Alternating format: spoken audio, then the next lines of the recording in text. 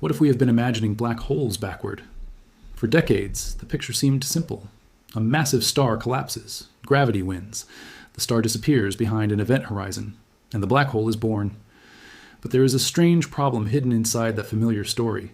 An event horizon is not really a physical surface. It is not made of matter. It is not a wall. And, perhaps most strangely of all, you cannot determine its exact location just by looking at what is happening there right now. To know where an event horizon is, you may need to know what the universe does in the future. That sounds impossible. How could something happening billions of years from now determine where a black hole's boundary is today? Yet this strange idea comes directly from Einstein's theory of general relativity. And once you understand it, the black hole stops looking like a dark object sitting in space. It starts looking like something much stranger, a region created by the structure of space-time itself. And that raises a question that sounds almost backwards. Maybe black holes do not create event horizons in the way we imagine. Maybe the event horizon is what tells us that a black hole exists in the first place. To understand why, we have to forget the picture of a black sphere floating in space, because that picture is useful. But it is also dangerously incomplete. Imagine a star many times more massive than our sun. For millions of years, its own gravity tries to crush it inward. At the same time, nuclear reactions in its core push outward. These two effects fight an enormous battle. Eventually, the star runs out of fuel. The outward pressure weakens. Gravity takes over. The core begins to collapse. Matter falls inward faster and faster. Space around the star becomes more and more strongly curved. Light itself is forced to follow paths that are no longer straight. And eventually, according to classical general relativity, something dramatic happens. A boundary forms. Beyond that boundary, no future directed path can lead back to the outside universe. That boundary is the event horizon. This is where our normal language begins to fail. We call it a surface. But it is not really a surface like the surface of Earth. You could stand on Earth, you could touch a wall, you could cross a river. But an event horizon is not something you can touch. If you were falling into a large black hole, you might cross it without feeling anything special at that exact moment. There would be no solid barrier, no cosmic alarm, no flash of light, announcing that you had crossed into forbidden territory. The strange part comes later. Once you are inside, every possible future path takes you deeper into the black hole. You cannot simply turn around. You cannot fire your engines and escape. You cannot shine a laser beam outward and send a message back. Not because the black hole has a giant invisible hand pulling you back, because space-time itself has been arranged so that escape is no longer part of your future. And that is the first clue that the event horizon is much more than an edge. It is a statement about causality, about what events can influence what other events, about the direction of time. And that is where the story becomes truly strange. In everyday life, we define things locally. If you want to know where a building ends, you look at the building. If you want to know where a country ends, you look at its border. If you want to know where a storm is, you measure the atmosphere around it. But an event horizon does not work that way. Its definition depends on the entire future of space-time. An event horizon is, roughly speaking, the boundary separating events that can still send signals to the distant outside universe from events that never can. That means the horizon has a strange property. It is what physicists call teleological. The word sounds complicated, but the idea is surprisingly simple. The horizon depends on the destination. Imagine throwing a ball. Normally, you can decide whether the ball is going to hit the ground by looking at its current motion. But imagine a strange rule where the answer depends on everything that happens afterward. If the ball eventually reaches the ground, one region of its earlier path belongs to one category. If it never reaches the ground, that same earlier path belongs to another. The event horizon has a similar mathematical character. Its exact location can depend on the future evolution of the entire system, and that creates one of the strangest situations in all of black hole physics. An event horizon can exist in a place where, locally, nothing dramatic appears to be happening yet. That sounds like science fiction, but it is a consequence of how the horizon is defined. Consider two massive objects orbiting each other. Eventually, they may collide and form a larger black hole. We can simulate this process using Einstein's equations. At first, there are two black holes. Then they spiral together. Their space-time becomes violently distorted. They merge, and gravitational waves race outward across the universe. Eventually, one larger black hole remains. Now, ask a seemingly simple question. Exactly when did the event horizons merge? You might imagine two dark spheres getting closer and closer until they touch. But that is not quite what the mathematics says, because the final event horizon is defined using the future of the entire spacetime. In a mathematical description of the merger, the final horizon can reach backward through the spacetime history. That means the boundary of the final black hole is not simply something that appears after the collision. Its structure is connected to what the system will ultimately become. And this is where our everyday idea of cause and effect starts to feel uncomfortable. Nothing is traveling backward in time. The future is not sending a signal into the past. Instead, the entire spacetime is being described as one geometric structure. The horizon is a feature of that structure. That distinction matters, because the title of this story can easily be misunderstood. It does not mean that a black hole magically appears because an event horizon decides to create one. It does not mean gravity works backward in time. And it does not mean scientists have discovered that black holes are fake. The physics is subtler. The event horizon does not physically manufacture the black hole. Rather, the event horizon is part of the definition of what we mean by a black hole. And that changes how we should think about the relationship between the two. A black hole is not simply a ball of matter. It is a region of space-time from which nothing can escape to distant infinity. The event horizon is the boundary of that region, so instead of imagining a black hole first and placing a horizon around it afterward, we can reverse the picture, start with the causal structure. Ask which events can communicate with the distant universe, then find the boundary separating the two possibilities. That boundary is the event horizon, and suddenly the black hole emerges from the geometry. This is not just philosophical wordplay.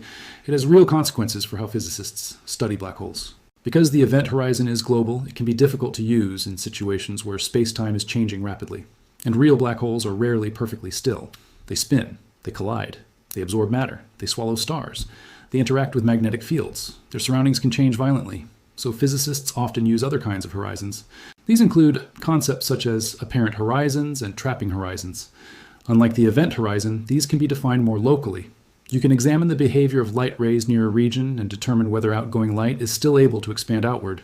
That gives physicists a more practical way to describe a black hole while something dramatic is happening. And this distinction becomes extremely important during mergers. Imagine two black holes spiraling toward each other. Space is shaking, time is being distorted, gravitational waves are carrying energy away. The geometry is changing from moment to moment. Trying to locate the global event horizon requires knowing the complete future of the simulation. But a local horizon can be identified using information available on a particular slice of spacetime. It is a little like trying to understand a movie. An event horizon is connected to the entire movie. A local horizon can tell you what is happening in the current frame. Both descriptions can be useful, but they answer different questions, and that difference reveals something profound. The horizon we normally picture is not necessarily the most physically direct object in the story. That is where the real crisis begins. In the 1970s, Stephen Hawking showed that black holes are not completely black. Quantum effects near a black hole cause it to emit radiation. This radiation is now known as Hawking radiation, and it creates one of the biggest puzzles in modern physics. Suppose you throw something into a black hole, a book, a computer, a planet, anything containing information. From the outside, the object disappears beyond the event horizon. But the black hole can slowly lose energy through Hawking radiation. Eventually, at least in the simplest picture, the black hole could evaporate away. So what happened to the information that fell inside? Quantum mechanics says information should not simply disappear, but classical general relativity seems to allow information to become permanently trapped behind the horizon. The conflict is called the black hole information paradox. Maybe the information is somehow encoded in the Hawking radiation. Maybe the horizon stores information. Maybe the interior and exterior descriptions are connected in a way we do not yet understand. The event horizon may not be the place where all the important physics happens.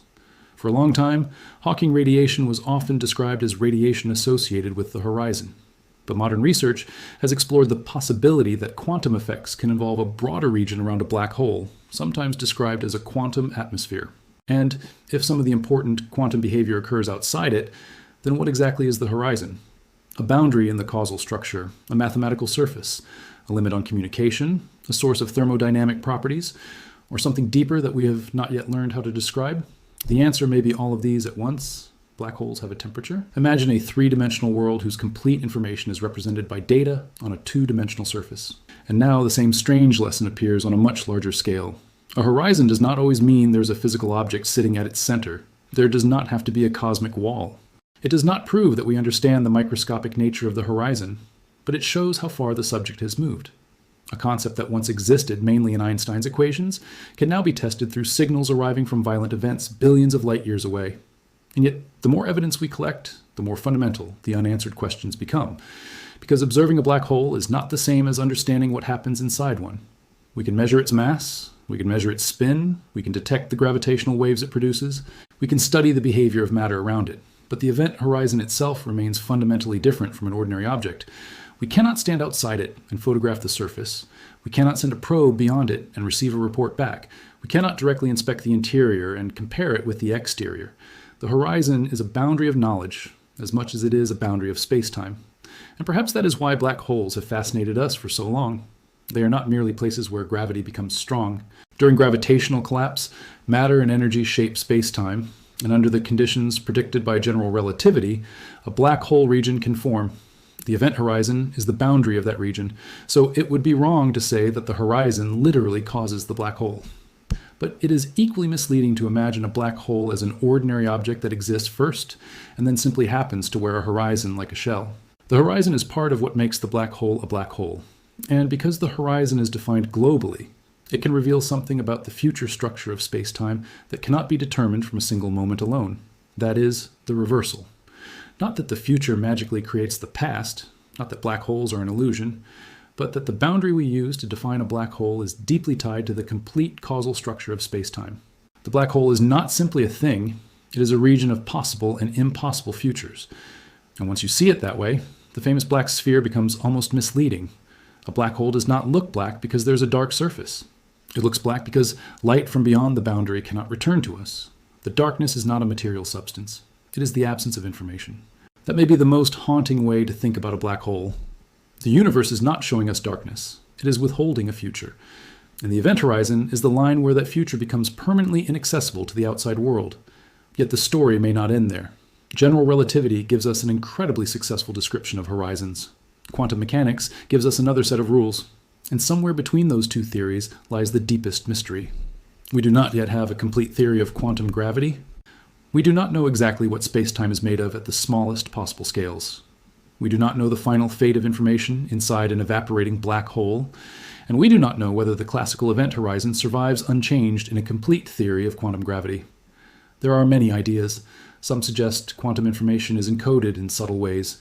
Others explore microscopic structures associated with black hole entropy.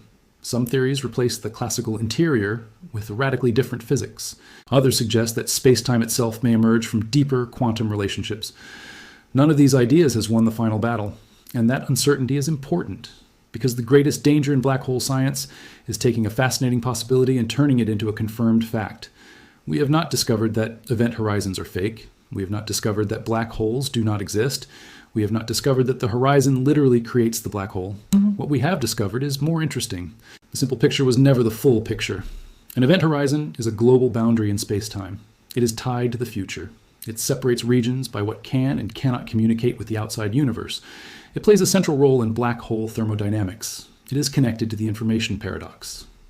And it may provide one of our best clues that gravity and quantum mechanics are describing different layers of a deeper reality. So the next time you see an image of a black hole, look at it differently. Do not imagine a giant black ball with a solid edge. Imagine space-time itself bending around a region where the future changes character. Imagine light trying to escape and discovering that there is no outward future available. Imagine information falling inward and crossing a boundary from which it cannot simply send a message back. And then imagine that the boundary is not a wall at all. It is a statement about causality, about time, about what the universe permits. That is why the event horizon may be more important than the black hole image we have grown used to. The black hole is the region. The horizon tells us where that region begins. And the strangest part is that the boundary is defined not simply by where things are, but by where their futures can lead. We thought the black hole was the object and the event horizon was its edge. But perhaps the deeper truth is almost the reverse. The horizon is not merely something a black hole has. It is one of the things that allows us to define what a black hole is. And if that sounds like a small philosophical distinction, remember what black holes have already taught us. Space and time are not separate. Gravity is geometry. Light does not always travel through a fixed stage. The passage of time depends on motion and gravity. And a boundary can be more fundamental than the object we imagined it surrounded. Perhaps that is why black holes continue to surprise us after more than a century. Every time we think we understand the darkness points to something deeper. Maybe the real mystery is not what happens inside a black hole. Maybe it is what a horizon tells us about the universe outside it. Because if the boundary of a black hole can be defined by the entire future of spacetime, then the universe may be far less local than our everyday experience suggests. What happens here may depend on the structure of spacetime far away. What we call an object may actually be a region.